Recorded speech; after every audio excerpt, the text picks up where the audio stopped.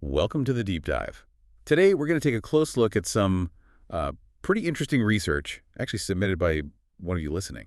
It's a journal pre-proof, hot off the press, you could say, from the Journal of Dentistry. The article is titled, Assessing the Permanence of 3D-printed Resin Composite Posterior Fixed Dental Prostheses, a 3-year prospective clinical trial.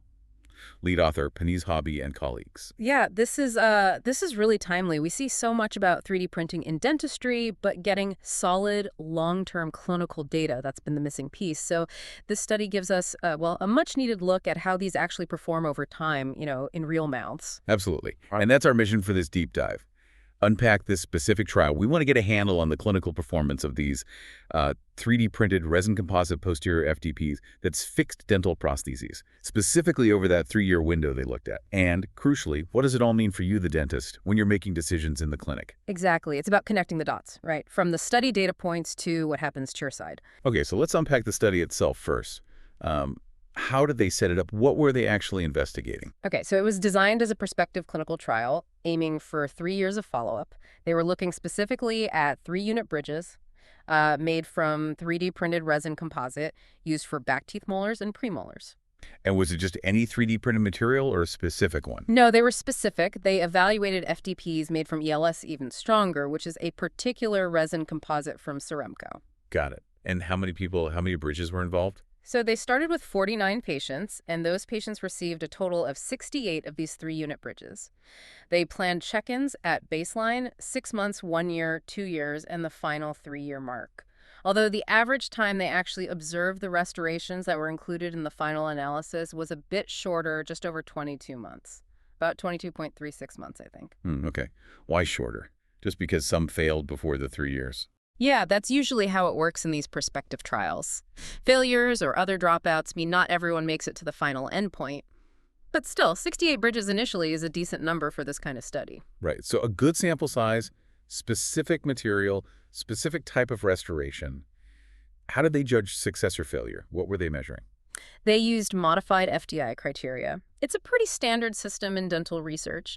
It lets you evaluate restorations across a whole bunch of parameters, things like the shape, the fit at the margins, the surface smoothness, color stability, obviously, checking for fractures or if the bridge came loose. You do bonding, yeah. Right, retention.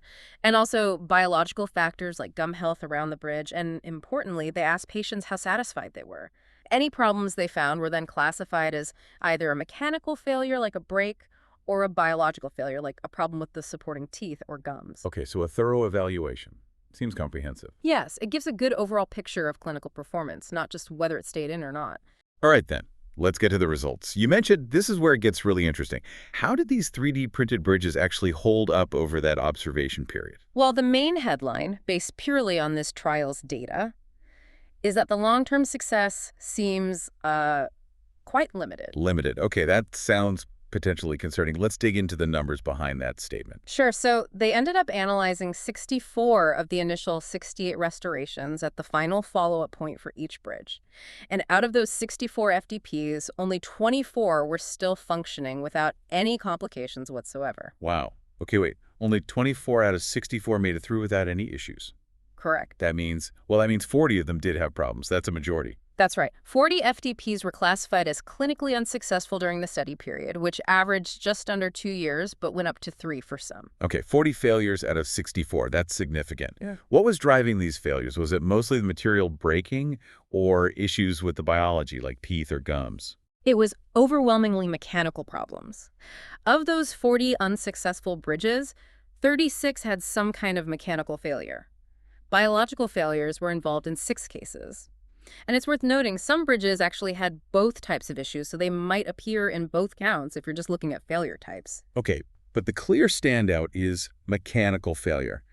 36 cases. Let's zoom in on those. What exactly was going wrong mechanically? The biggest issue by far was fracture. We're talking 34 out of those 36 mechanical failures were cohesive fractures. Cohesive meaning the bridge material itself broke, not just the bond failing. Exactly. The resin composite itself fractured. 34 fractures, that feels like a very high number. Where were these breaks happening on the bridges? Mostly in the connector area. That's the little piece joining the part that sits on the tooth, the retainer to the fake tooth, the pontic.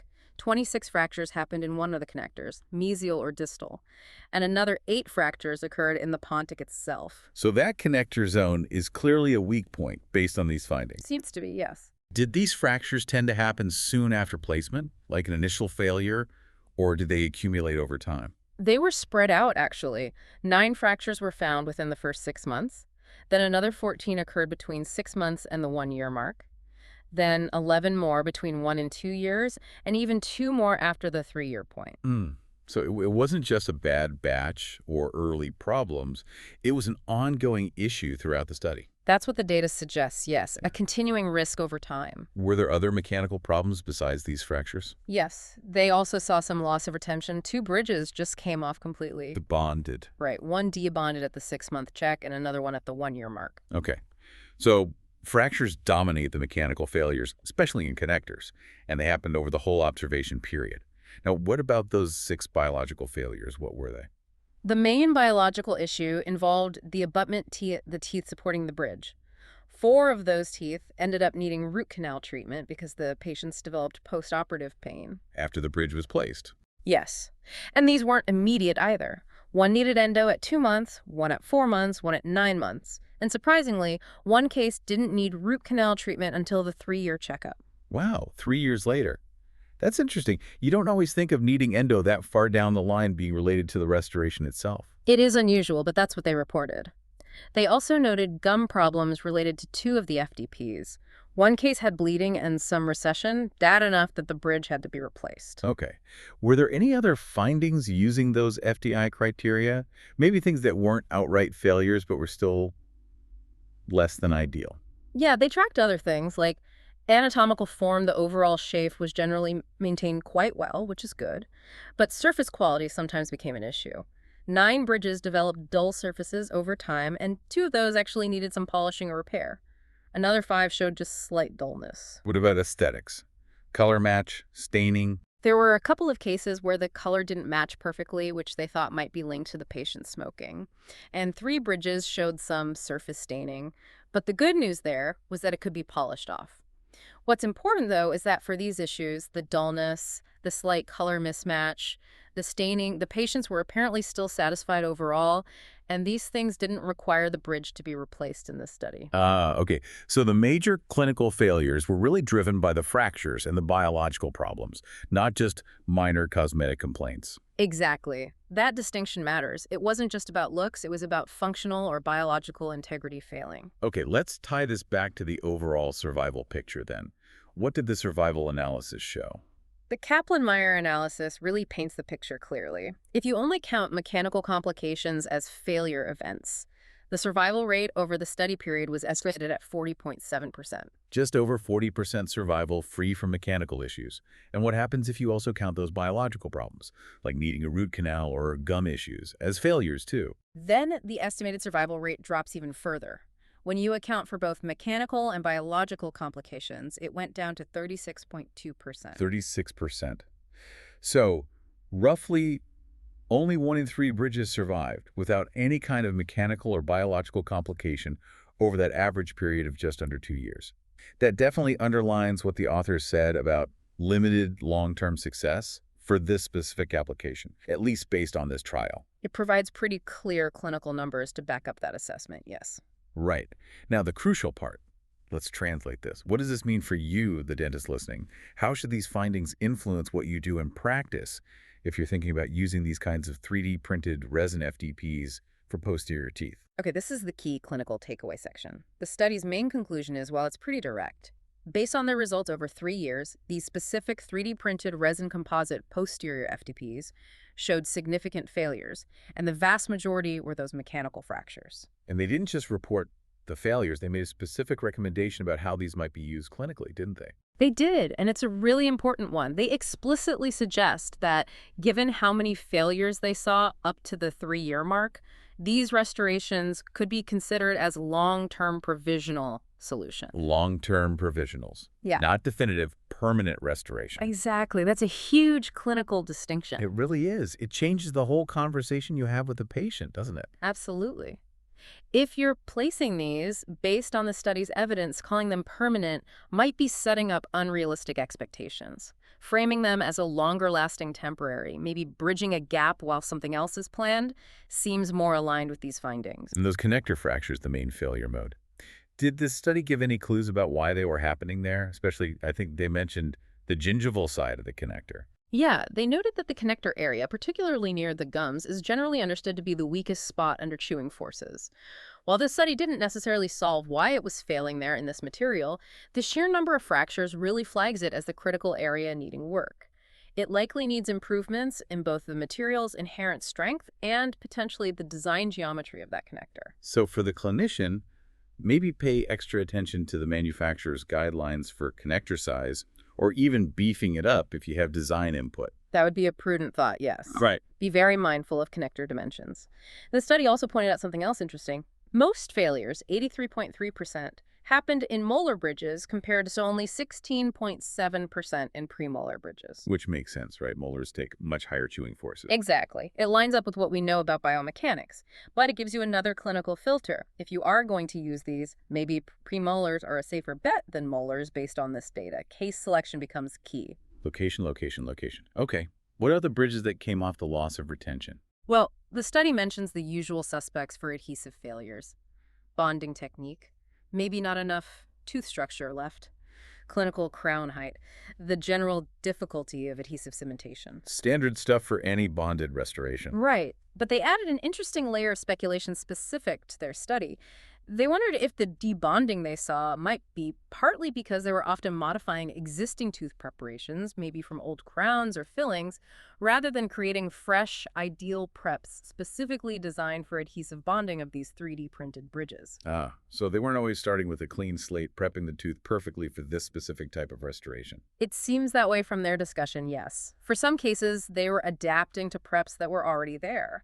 And this raises a really important clinical question. For these advanced adhesive materials and techniques, do you need that ideal purpose-built preparation to get the best long-term results? Instead of just making do with whatever prep is left over from before. Exactly. The study suggests that adapting to potentially compromised or non-ideal existing preps might be setting the restoration up for failure, including debonding. That's a really practical point. The prep matters, maybe even more so with these techniques. What about the biological issues the root canals needed? Did they link that to the preps too? Yes, in a similar vein, they speculated that needing endo might be related to the preparations being too deep.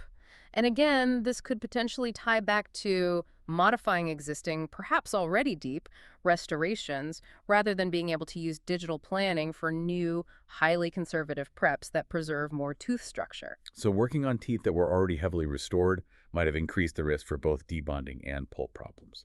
That seems to be the implication from their discussion. They explicitly mention that conservative preparation procedures facilitated by digital technologies were not applicable because they were dealing with existing situations. Got it. So prep design and maybe starting fresh seems important.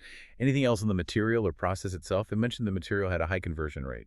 Yes, ELS Even Stronger is noted for good polymerization, which usually means a smoother, less porous surface, better for gum health, less plaque buildup. Which is good. It is. But the study also points out other factors affect the final surface you get in the mouth. They printed these bridges with a layer thickness of 50 microns. The authors mentioned that some research suggests a thinner layer, like 25 microns, might actually produce a smoother surface. Also, the polishing protocol they used was standard, but maybe not optimal. Different polishing techniques could potentially improve the surface finish, and things like oxygen inhibition during the final cure affect that outermost layer too. Okay, so even with a theoretically good material, the details of how it's printed and finished, layer thickness, polishing methods can really impact the final clinical outcome, maybe even affecting gum health. Definitely. These are variables that the study highlights as needing more research to really optimize everything. Right. So let's try to wrap this up into the actionable advice for the dentist listening based on this specific 3-year trial. Okay. The core message, based on this evidence, is that while 3D printing for bridges is exciting, and it offers potential benefits like maybe cost or speed, And maybe fit sometimes. perhaps initial fit, yes. But for these kinds of 3D printed resin composite 3-unit posterior bridges, this study shows a high failure rate over roughly 3 years, mostly driven by those connector fractures. And therefore, the strong suggestion from the authors based on this data, is to consider them as long-term provisional restorations, not definitive permanent ones, at least for now with this type of material and design. which means clinically. Be very careful with patient selection. Understand the higher risk in molars. Focus intensely on preparation design, maybe aiming for fresh, ideal preps. If possible, use meticulous bonding techniques, and critically, manage patient expectations. Frame it realistically, perhaps as a solution for a limited time, and plan for close monitoring. Precisely. It's valuable real-world feedback showing the current boundaries and highlighting where things need to get better, both the materials and maybe our clinical protocols for using them in these demanding situations. So this research gives us a really important, if maybe sobering, early clinical snapshot of where this technology is for posterior bridges. It's a data point, a valuable one that tempers some of the hype and points towards specific areas, like connector strength, that need focused improvement. For you listening, it's about taking this information, adding it to your knowledge base, and using it to guide your treatment planning and your conversations with patients. Choosing cases where a long-term provisional might be appropriate, or where the specific benefits might outweigh the risks documented here. It's about informed consent and realistic application of a technology that's still very much evolving, especially for these high-stress posterior applications. Okay, let's end with a provocative thought for you to consider. We know 3D printing materials and the software behind them are developing incredibly fast. So the question is, how quickly will we see the next generation of resin composites, or maybe even different materials, that can reliably overcome these connector fracture issues shown in studies like this one?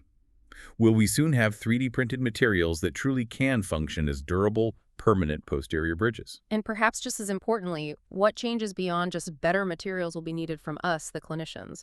Will we need fundamentally different approaches to tooth preparation, maybe more reliance on digital design, new bonding protocols, to really make these future materials work predictably in the long run in those challenging posterior spots? Something to think about.